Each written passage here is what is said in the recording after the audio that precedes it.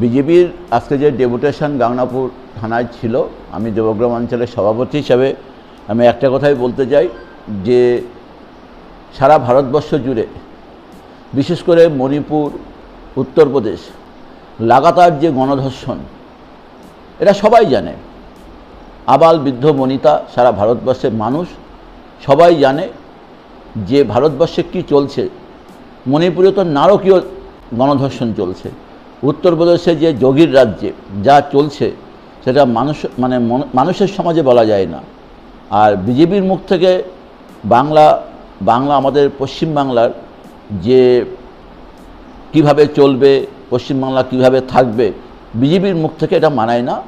আর যারা আজকে এই ডেপুটেশনটা দিচ্ছে তাদের সম্বন্ধে আমরা সব জানি। তাদের যে অভিভাবক, তাদের যে সাংসদ, তারও সব কীর্তিকাহিনী আমরা জানি, সবই জানি। আমরা যা শুনছি যে বিজেপির এমন নেতা, এমন নেতৃত্ব আছে যাদের সম্বন্ধে সার্টিফিকেট দিতে হয় না, যাদের সার্টিফিকেট এত নোংরা যে সাধারণ মানুষ অবধি জানে, টিভির পর্দায় তারা জানে যে বিজেপি এখন কীভাবে চলছে। তাই পশ্চিমবাংলার আমাদের মাতৃস্বরূপা জননেত্রী মমতা বন্দ্যোপাধ্যায়, বাংলার অগ্নিকন্যা, তিনি বাংলাকে যেভাবে সুরক্ষিত রেখেছেন সেটা সার্টিফিকেট বিজেপির মুখ দিয়ে মানায় না। যারা মদ খেয়ে স্টেজে উঠে প্রোগ্রাম করে তাদের মুখ দিয়ে মানায় না যে পশ্চিমবাংলা কীভাবে চলবে। পশ্চিমবাংলার 10.5 কোটি মানুষ তারা মমতা বন্দ্যোপাধ্যায়ের মুখ চেয়ে থাকে। মমতা বন্দ্যোপাধ্যায় নারীদের কি দিচ্ছে? নারীদের প্রায় 2.5 কোটি মহিলাকে দিচ্ছে লক্ষ্মীর ভাণ্ডার দিচ্ছে, তৎসহ মেয়েদের অনেক সুবিধা।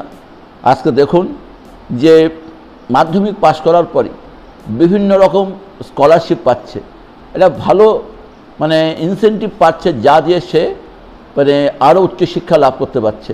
কোনো রাজ্যে নেই।